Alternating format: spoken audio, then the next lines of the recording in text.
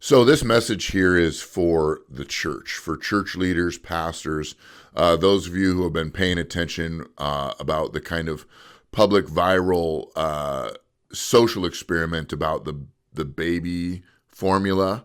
So what has happened in the wake of this is there has been two churches. The churches that this woman called have been categorized. One category is churches that weren't able to help, and then the second category is the churches that were able to help.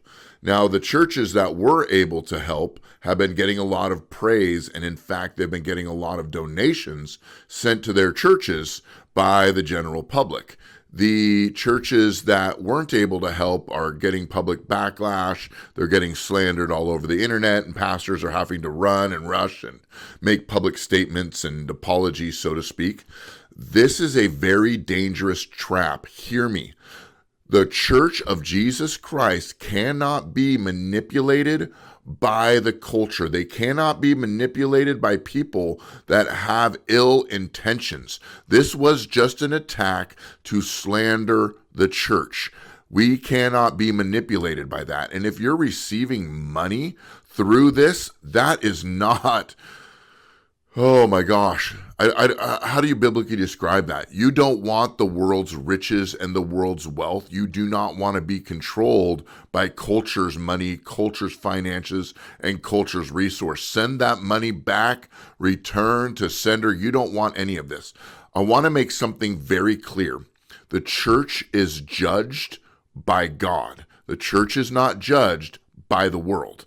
Make that very, very clear. We are not to be judged by the world and their experiments and their traps set up to hurt the church's reputation.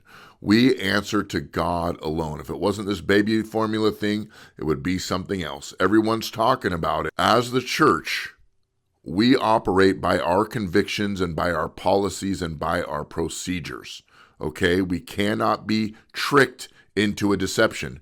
Remember when Jesus was tempted in the desert? Satan used scripture to try to twist Jesus's thinking. But when we understand scripture, we understand our purpose, we understand our role, we will not be deceived. This was an absolute attack on the church, and it kind of gathers a rolling stone of a crusade against the church by people who already hate the church. And that's all I've got to say about this thing.